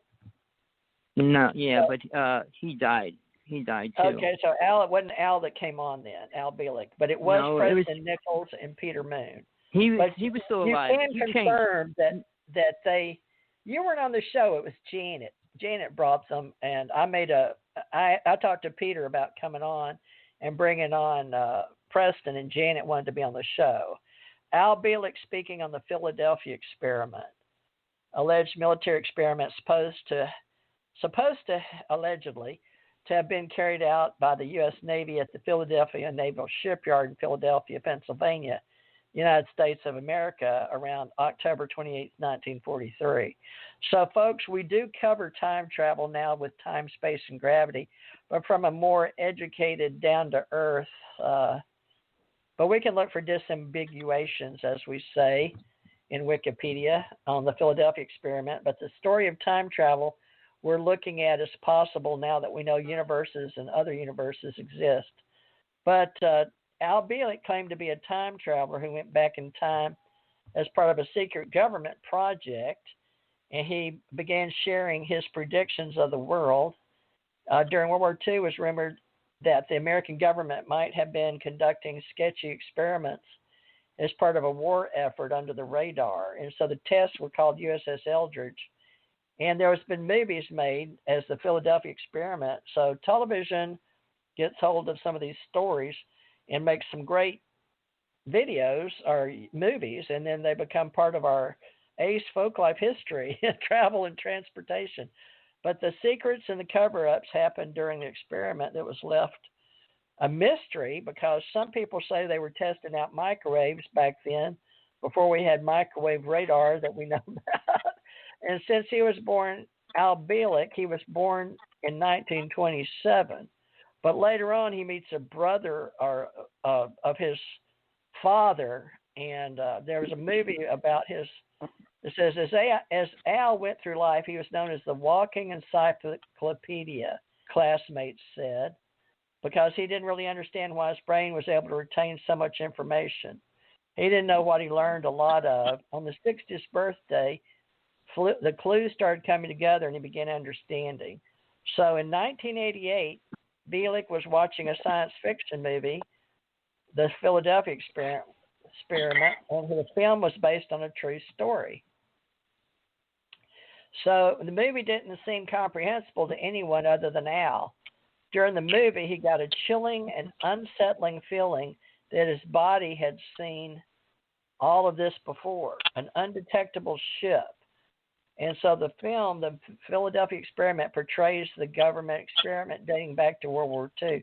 So it made good movie. The U.S. Navy was trying to figure out a way to make their ship be completely invisible to radar transmissions, so the governments wouldn't detect them. But anyway, there's a government experiment. Whether it went wrong or not, the device was activated October 28, 1943, at the Philadelphia Naval Yard. Now, there's conspiracy theory, and there's other people that say they were really trying to make something disappear, that we're 100 years at all time of our light and of our radar, and using infrared, microwave, and radio, and every kind of wave you can imagine. So they say that the ship completely vanished, but there's a movie about it, the USS Eldridge Tragedy and the Philadelphia Experiment, if you want to read it. Tommy, what else can we put on the beginning of this first radio show for 2012? History by the day, pop culture, I guess. We've got human stories we're going to cover. Well, here's the thing. People. You mentioned somebody else besides Ford. Who else? Bell. Fred Bell. Why don't you put Bell in this part? Because you knew of him too. What's his name? Well, I'll look see, all this. Let me just say this: people out there, you can believe all the stories. Like that whole story written about the Philadelphia experiment is all twisted as well. Al Bielek went back in time. He was the one that was on the ship when it disappeared. That ship came back every 20 years, went back and forth in time, and that's when Cameron was supposed to get on the ship with him. And when it came back, it was 20 years later. And when right before he died, when I was still friends with him, they offered him $4 million to go back in time to kill somebody. Because when they went, this is the truth. This is from his words. Whether you want to believe it or not is your choice. He said they offered him $4 million to go back in time to kill somebody. Because when it first happened, somebody was killed and it changed the government system. One person dying in a family changes the whole history of that family. So he was supposed to go back and kill somebody before that person so that that family would be here in the present. Took it, but when I saw him 6 months later, he looked about 20 years younger. All right, he looked ancient when I met him. when I was talking to him. And the next time I saw him, after he told us that, he looked so much younger. So I'm not sure, but he died rather not too much later. He told me after a certain date, they can kill him. During that date, the date was, you could check it online, the whole East Coast from Canada down to Florida had a blackout. They never, ever talked about what it was, ever. From the top to the bottom was a complete blackout. That was the day the Montauk Project came back on a cycle. And that's why Sargel and I went up to the vortex where Tesla created the invention, just so you know, where that work was being done. All right, it's a cycle. Now, that ripped a hole in the vortex, which opened up the UFO world. It opened up the demonism and every creature coming into this planet greatly more than it ever was. The government has been spending the past 50 years trying to close it. This is the inside stuff. I can tell you because I worked up there. I saw multiple creatures, entities, you name it. We saw it. We filmed it. And, I mean, I was being followed by ships all the time. I mean, when I was on Long Island, I saw the black helicopters that disappeared right over my head and things like that. And there was some kind of creature running around in the mountains. I saw the Bigfoot up there as well. I saw the Hershey monkey, which was part of the Montauk Project experiment. So I got involved with it, not directly. I didn't go sit in the chair, which a few people I know did. But they're pretty messed up in the mind, the ones that actually did. It changes people because they break down the molecular structure of a person's brain. But then they created the Montauk Project, was out on Montauk, Long Island. And that is one of the worst things the government has ever did. If you want that story, we can talk about it, but I don't think it's a pleasant thing that you want to hear. You might not want to believe it or not. The government was taking children from all over the world and doing experiments on them there. About a half hour away. Well, all right.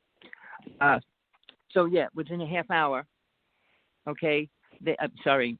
Actually, my partner's asking me to eat. But when that happened, they were taking children and doing brain operations and trying to make these robot program brains of these children. Many of them died. And that's when Nikolai... Is this before you and I had pieces in us, since we're cyborgs and alien UFO deities from out in space somewhere? Well, look, I've been reincarnated on this planet so many times, the alien part of me is gone. Really? So I don't accept it. So yeah. our lower part after Atlantis aliens are disappeared, folks. We're so far up there in the... Well, I was hoping to talk about that some too, the different levels, because you're... Well, you can talk about your alien level, but I don't want to talk about anything because that was before I was in Atlantis. That was the first incarnation into this reality I came into as an alien, for a word. I mean, just weren't a person you on from another before planet. Atlantis, though? Because Atlantis is a common, like they say Lemuria. No. But you know, people are talking about Lemuria. Again, they're talking about recent, because that wasn't even a word. Again, you're talking about man's translations of time, which they have no clue about. And they don't know the even day or month or year. Well, the people I work with off planet now in this reality, we call them above the omniverse, but for the lower people that you've been in contact with, like Anna Hayes, because you lived with her, and M31 in the Andromeda Galaxy, they're putting out the good, bad, and ugly, depending on whether you're reincarnated and you know how to use your energy and your Merkaba and come in light or dark or spin out to the other planets and the planes. So we're going to have to talk about in the UFO Association length, width, and depth, not to mention the various dimensions. And then you talk about the gods and the three, the astral plane. And now where do you cut off your astral plane? It's got to be above what they say, the planes, the atmosphere, and the stratosphere, right? All the way up through the sun. That's all that. The whole solar system is part of the physical realm. Stars, universes, galaxies is all part of the physical realm, the first realm. The exoplane is the second realm. See with your light, because man cannot see outside of the Milky Way galaxy at the present time, as far as I know. Now, people like you and me can, but we've died, so we have a better point of reference. Understanding your abilities Space. Everybody's soul. TJ, everybody's soul. People out there, the definition of what you really are is soul. When your body dies, you are that. Above the global it's consciousness. Not, see, here's the thing. Local. I don't like the word consciousness. Well, we've got to start somewhere with planets and people because awareness. We're in cyberspace, and we have to use voice and vocal and radio waves. It's called awareness. Once you leave, soul doesn't need vibrations of psychic realms and all those kind of words. It doesn't, because it doesn't vibrate at that level. So well, once all it leaves the this children reality on the planet, let's just start with all the children are now pretty much part of the critical mass consciousness age. And we decided at 7 billion, we would have the tipping point to start teaching people. That was an agreement with the 9 gods, if you want to say ancient alien theorist. All those well, above, here's the thing. Below. Again, we got to start somewhere. There's only a few people on this planet that can teach anything above what Christians and spiritualists, New Age speakers can teach. They're limited to such a low level of teaching. And very few people want to hear anything outside of that. People want to hear about beautiful things. Corey Good and Gaia and David Wilcox. There's a list. They're all programmed. Well, they're all in show business and entertainment with Gaia and out in Hollywood. You could tell stories. People love stories. People don't love the truth.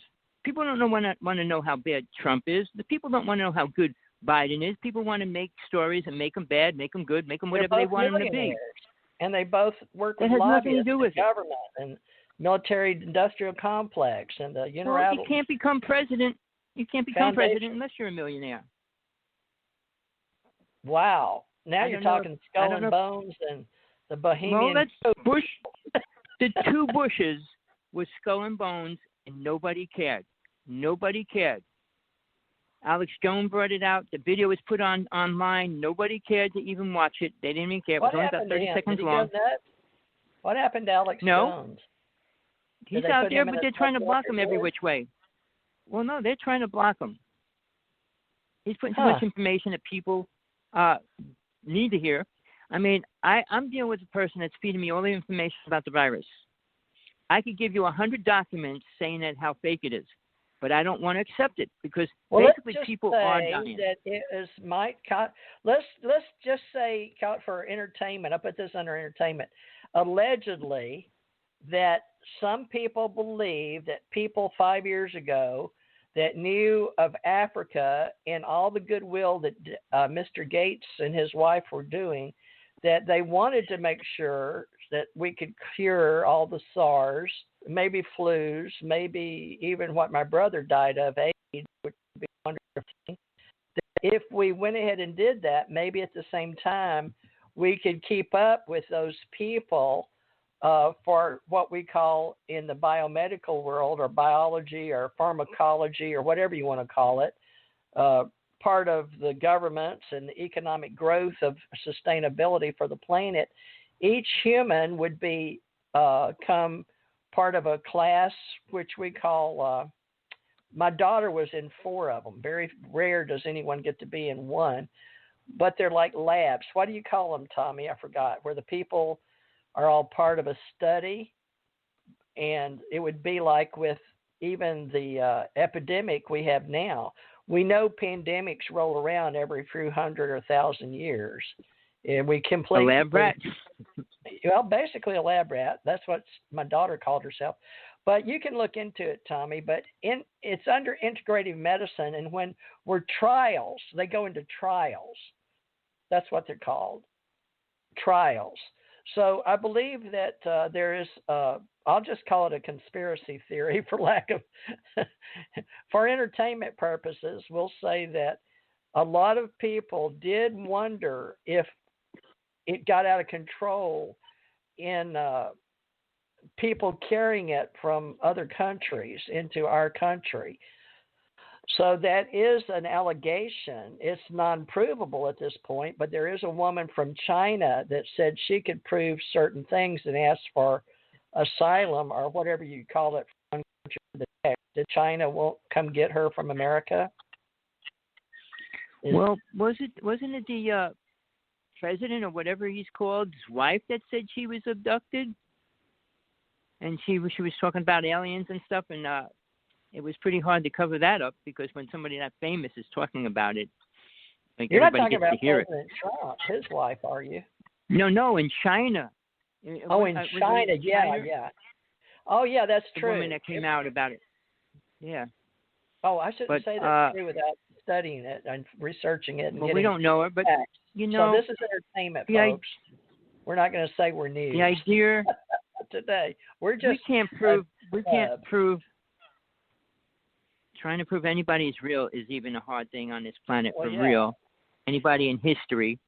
I mean, when people say this, that, and the other thing, and base it on a time frame.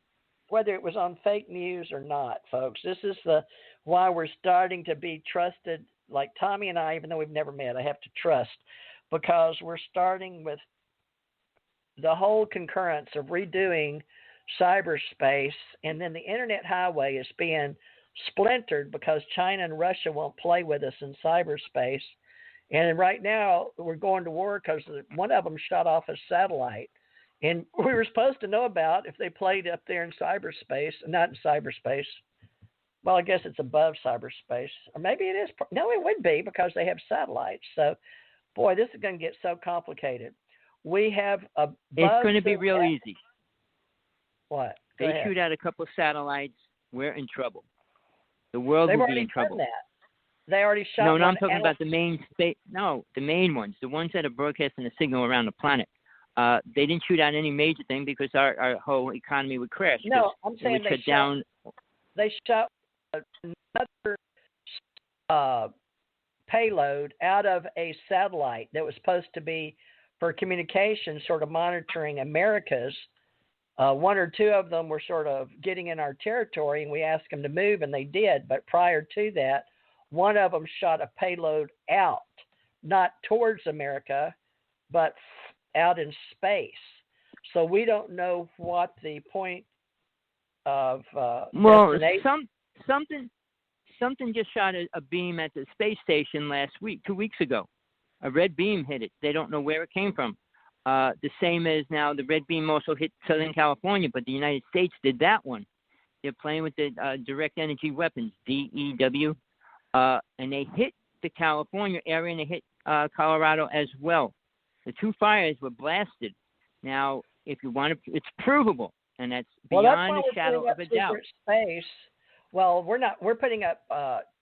We've always had secret space in the black budget for intelligence communities, but communications is one thing with satellites. But we're talking about protecting the sovereignty of the space that we thought we had a treaty with everybody on the planet. That means all sentient, intelligent beings. There was a treaty. We did have a treaty. All the worlds agreed when we leave planet Earth, we will be one race in space. That was agreed on. That was like in 1966 before we did the Prime Directive. It was a long time ago. With the now nine. China decides they want. We chose that. That was a choice we made. Well, we went to war. With Eisenhower and Area 51 and the one Dr. Rick Miller talked to in Area 51. The ones with extraterrestrial abilities that we have uplinks with. But let's go back to Atlantis. Your Atlantis, we had those uplinks, but we couldn't form voices. So now we have vocal boxes. And we could talk in Atlantis. What? We could talk in Atlantis. We didn't have vocal could talk. boxes. We didn't have to. We could talk. We had vocal cords. We could talk. I don't know who told you we didn't. We didn't have to talk because you could read people's minds. It was like you didn't have to say hello. You didn't have to say goodbye. There was a species from Mars, and now I have a memory back in Mars. Do you? No, I didn't go to Mars.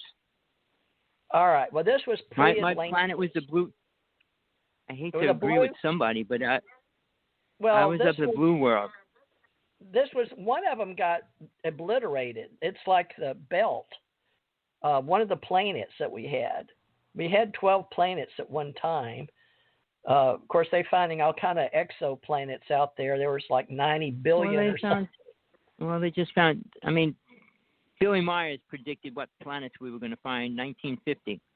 So he said we're going to find 2 more planets, which we did. Was that Switzerland? Because Dr. Bruce Maccabee handled that like he handled Guff Breeze. And bless his heart, I wonder how he's doing. We should have him come back on and share more data. He said he wound up interviewing me more than I interviewed him, bless his heart. Dr. Bruce Maccabee was a wonderful investigator, still alive, folks. His health is ailing him, but Jan said thanks for keeping him in our UFO Association and our Alien Contact Organization. So God bless all our investigators that were in uniform or out of uniform or did government service or trained. He went to the Central Intelligence Agency in D.C. and trained or gave speeches because people just didn't know. Well, I want to put something really important out right now, just so that anybody that's listened to this, there's a show on cable TV. It's called the Vice Channel, V-I-C-E, Vice. It's the only show on TV, on the internet, that shows you actual facts and details and interviews the people that are involved, murderers, rapists, and drug addicts, you name it. Tommy's not getting paid to say this, by the way. We're not getting paid. I'm not getting paid, we pay for this show. But here's the reason why. I pay for this they were the only people for the show what the government did to the Native people when they were boycotting the pipeline.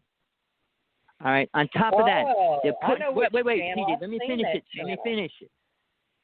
On the 16th, on the Vice Channel, they're doing a complete special on the underground cities in the United States. You're going to have to watch it because most people still think that's a theory, make-believe, and everything else. They're going to go into the facts. Underground D.C. They're going to go into the facts about it. Colorado. Why? New Mexico. Why? Area 51. They go across the United States. They got bases that go all the way across to other countries. I've been underground even in Spain and Portugal. So I know there's Germany. They had underground where they kept a lot of paintings. Well, don't forget, only after when Behold the Pale Horse came out, when it explained Denver Airport was the home of the New World Order. After that book came out. That was just released again by Norio Hawakawa. Do you know Norio? Well, but basically, no. But basically, he's a real sweet man. That's all UFO. Well, let me just finish what I'm trying to say. At that time, they had a ground boring machine. It looked like a giant ball with these teeth on it that used to grind a hole in the ground, and that's how they made the tunnels. And they had to remove all those rocks. If you follow Denver Airport, look outside, you'll see miles of rocks piled out there. Oh, yeah. And they were pulling the rocks out. I was they there invented a laser over and over and over again. They invented technology with a laser beam. They shoot a completely round tube through any rock, and they make these tunnels. And that's why those subway cars are round. They travel through there at high speeds, but they're completely just the laser hits that and eats the hole through it. So there's no debris. They don't have to bring the rocks back out and mow the rocks and all that. That's no longer. And since they started doing that, they were able to create these super underground cities and tunnels going all across the world and stuff. So the technology is so far beyond people want to believe or even know about, especially what's going on under there and how much money it's costing. Now, when Trump said the space program, we had the space program. They were spending, but the space program's equal to the weapons as well, $5 trillion a year. So when Trump comes out and says, "Oh, we're going to start a space program," well, he was talking, who knows out of what, but we already had it. Well, when we were doing space spa wars or whatever it was. That was we had. I started. I don't know how much you know about the actual wars. What? All right. Now I was doing. I don't know how much you know about the wars. The wars we had in space. I'm sorry. We Tommy, had 3 major wars. Major wars? Is that what you're saying? In major wars in space. It's your Jersey accent. Excuse me, my southern accent, my mountain Kentucky, isn't jiving with y'all Jersey Hawaiian. All right. Well, basically, we won the war so far. Are you saying that we've always had space wars and we always will have? I agree. We will, and we won. We won 3 of them. Now, I'm saying this from people that I met that work inside the base in Hawaii, in the big underground base here in Hawaii, said that within 2 years the motherships will be attacking us. They've been shooting down the smaller ships. I saw 2 ships get shot down about 3 or 4 years ago. I watched it. Are you getting paid to say this, or do you really know this or believe this or can I know prove this for a fact. I saw it. Okay. I met these people. First-hand experience. You're speaking from experience, okay? I saw the ships get blown out of the sky here in Hawaii. So, and I wasn't going to go out. My partner doesn't believe in UFOs, but she goes, check it out. There's something going on out there in the sky. And I said, where?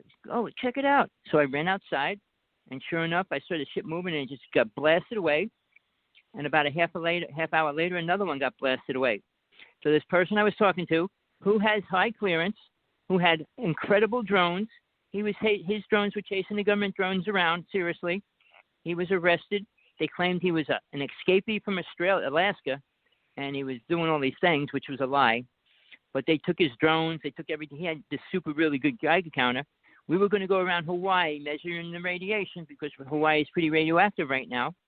And I just ordered a Geiger counter. But we was going around. We were going to go around. In your ground over there, because that's what UFOs like to use, thorium out of the. And that's what we're going to start using in America. Right, I know. Right, yeah. Well, that's the new thing they're using. I don't know how much there is here. I'm not a miner. But they won't talk about it. They're not going to release that. 2 things they're going to release, TJ. Comes out the back. What's going to be above that? What? The 2 things they're going to release this year are going to be much more important to the world. One's called blue gas, and the other one's called glass batteries. Yeah. Both of them have the high technology. Future YouTubes. Some people find out. They're going to be supplying. You can go across the whole United States with one filling. All right? Tommy, and you can charge it in 5 minutes. We're going to be off in 2 minutes. I'm sure that your partner, Namgal, will be glad to have you not speak. Yeah, she wants to eat. She wants to eat. I'm starving. I got to go cook me something. Dang it, I don't have anybody to cook for me. Well, it's been a pleasure, TJ. To everybody out there, my site, you can call me, text me, hawksblood1aol.com anytime. I reply to all my email, good, bad, or indifferent.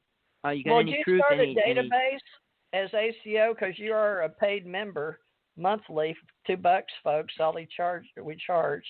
If you want to be in our ACO UFO Association Hawaii chapter, and we'll give you. It's not even It's not even a can of soda in our club, right, Tommy? Right. It's not even a can of soda. A can of soda is like $2.30 here. All right. Well, if you put it in, Tommy and I will talk about you and put you on our club. So, and even if you got something to say, we'll bring you on. If it's UFO related, right, or Alien Contact Organization, ACO. But we're doing our best, folks, to hang in here and not sound too crazy while we learn to work with ontology and real people in cyberspace on the internet highway. Remember, it goes both ways, folks, in and out. All right. Zeros, ones, on and off. Pleasure, everybody. Next time. Thank you, Tommy. Are you going to come Sunday? Yep. All right, I'll build Sunday, folks. We'll have our spiritual Sundays. That's our Sunday go-to-meeting for those of you that believe alien civilizations exist and God the Absolute. So we appreciate Tommy Hawksblood. That's Thomas Anthony Sinisi of New Jersey that moved to Hawaii and runs our chapter on the Big Island. And Janet Carolesson runs our chapter, ACO UFO Association, through her home in Wailuku, Hawaii, on Maui. And she had a UFO show tonight. So, Janet, I put a plug in for her in radio with Penny Bradley and others. So, ladies, we hope you will come on our Wednesday shows.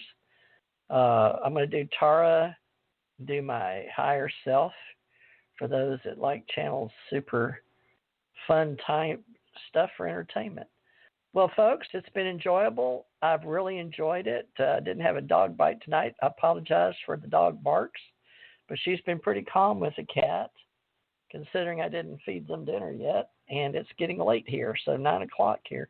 It's 10 o'clock Eastern. Please remember to stay tuned, 7 to 9 on Fridays and Thursdays. I've not confirmed yet with Jeanette, Marciana, Lucas, or Suzanne Flint,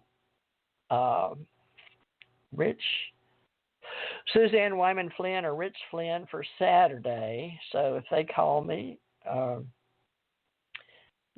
Harzan, no, not Jan, Jan Aldrich, Jan Aldrich will be available, and can try to get more intelligence and how we're doing on scanning and databases, and we'll see if the Captain McDonald will be wanting to speak to us anytime soon. If I can get him on the line, I'm hard to get as he is too, but I did put a call into MUFON, and on my phone I had Jan Harzan, and it now Captain McDonald's picture shows up on my phone, so I guess he got the Jan Harzan phone number now.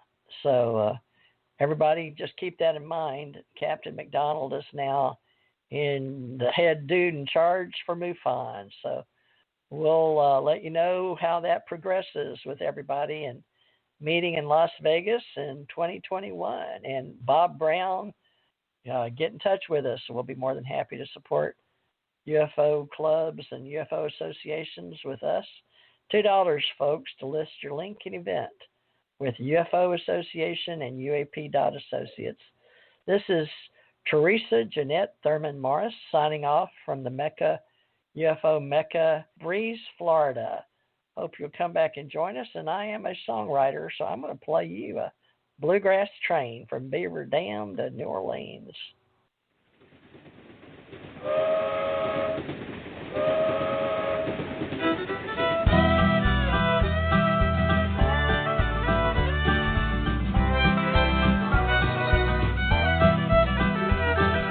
Bluegrass trains are coming. I say the bluegrass trains are coming from Beaver Dam down to Alabama. The bluegrass trains are coming. Bluegrass trains are coming. Long, long train running. It's a song's refrain, and I gotta remain. Bluegrass trains are coming. Bluegrass trains are coming. You'll hear Bill Monroe's a strumming, Lester Flatt, Earl Scruggs, Ralph Stanley, giving hugs. As the bluegrass trains are coming.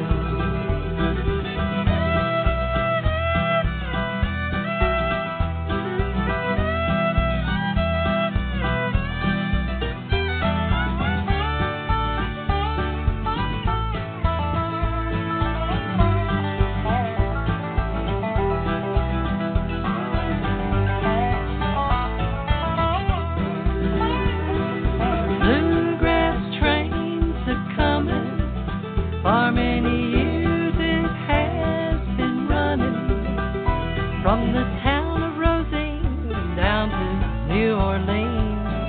The bluegrass trains are coming. See the white clouds a chugging, hear the big, big wheels a humming from the Ohio down to Mexico.